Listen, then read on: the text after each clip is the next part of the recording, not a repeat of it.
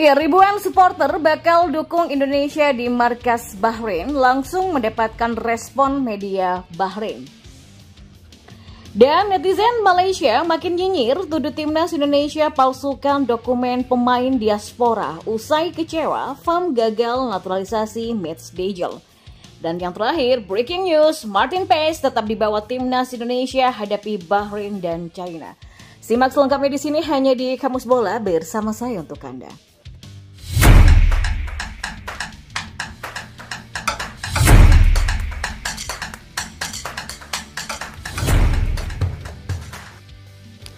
Di informasi bola yang pertama, timnas Indonesia akan mendapatkan dukungan besar saat dijamu timnas Bahrain di kualifikasi Piala Dunia 2026.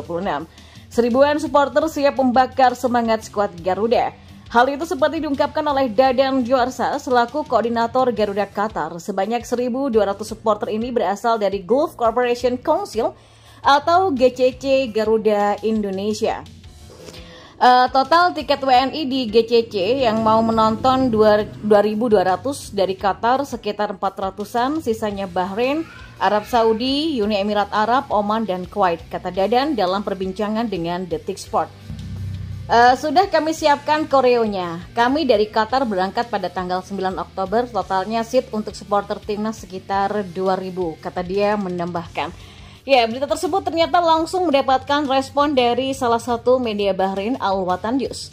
Mereka seakan sudah tidak terkejut lagi dengan antusias supporter timnas Indonesia.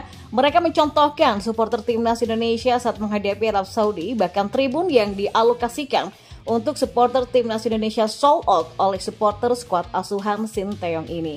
Bukan cuma WNI di Arab Saudi yang menamakan diri Garuda Arab Saudi, Garuda Qatar sampai Garuda Abu Dhabi pun turut hadir di stadion memberikan dukungan mereka. Ya, supporter fans timnas Indonesia bahkan mengundang decak kagum jurnalis Arab Saudi Khalid Al-Lolayan. Dari situlah media Bahrain sudah tak kaget lagi dengan kegilaan supporter timnas Indonesia dimanapun timnya bertanding, pasti supporter Garuda akan hadir. Ya, ribuan supporter timnas Indonesia akan memenuhi Bahrain National Stadium Riva, tulis media tersebut. Indonesia akan melawan Bahrain di Bahrain National Stadium pada Kamis 10 Oktober malam. Indonesia memburu kemenangan pertama di kualifikasi Piala Dunia 2026 babak ketiga. Melawan Bahrain, Indonesia sudah bertanding 7 kali di semua ajang. Hasilnya Indonesia memetik kemenangan 2 kali, imbang 2 kali, dan kalah 3 kali. Bahrain merupakan negara yang memberikan Indonesia kekalahan terbesar di sepanjang sejarah. Dilmun's Warrior pernah menyikat Indonesia dengan skor 0-10 ketika bertanding di kandang.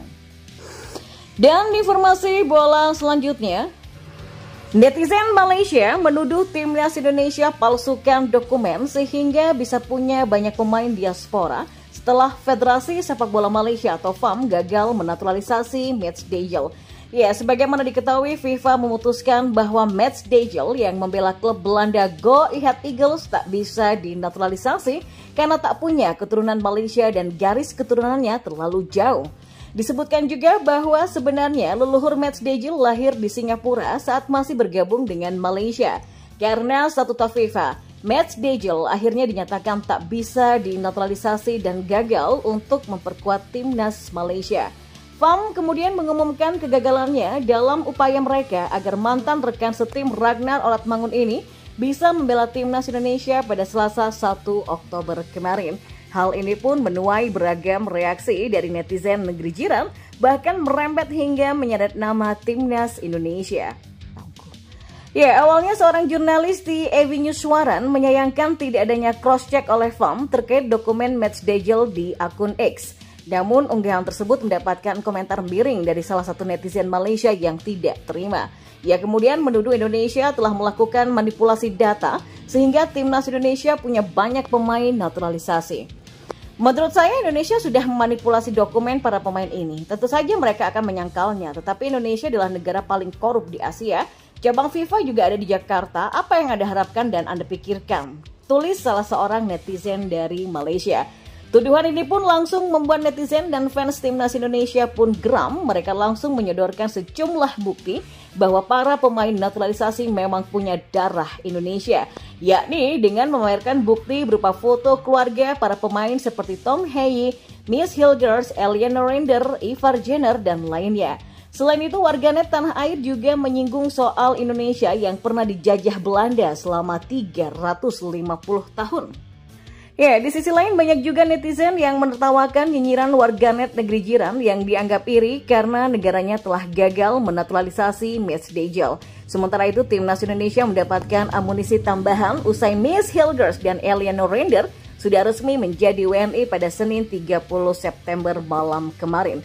Ya, anak asuh Sinteyong ini akan kembali unjuk gigi melawan Bahrain pada 10 Oktober dan China pada 15 Oktober di laga lanjutan putaran ketiga kualifikasi Piala Dunia 2026 zona Asia.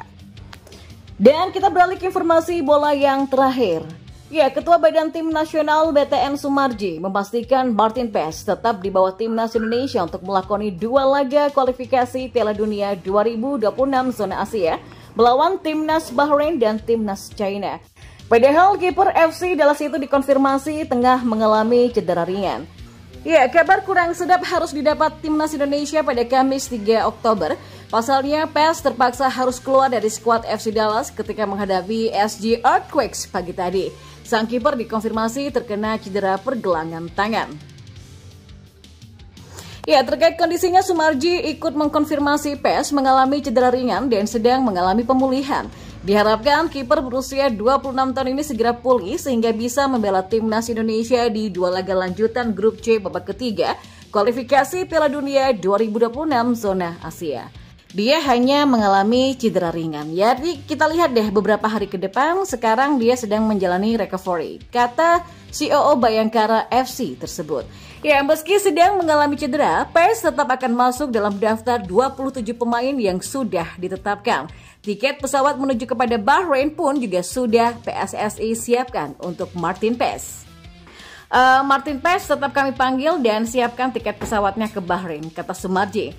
Sementara FC Dallas masih ada 1 pertandingan, yakni melawan Portland pada 7 Oktober 2024. Jika Paes sudah fit, bukan tidak mungkin sang kiper akan tampil di laga itu sebelum membela Timnas Indonesia.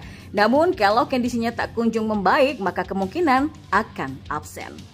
Ya, setelah itu baru Paes akan bergabung dengan Timnas Indonesia untuk beraksi di 2 laga lanjutan grup C melawan Bahrain dan China. Skuad Garuda akan menantang Bahrain di Bahrain National Stadium Riva pada Kamis 10 Oktober malam. Dan setelah itu mereka akan bertolak melawan China di Qingdao Youth Football Stadium dan duel ini dijadwalkan akan berlangsung pada Selasa 15 Oktober 2024 malam.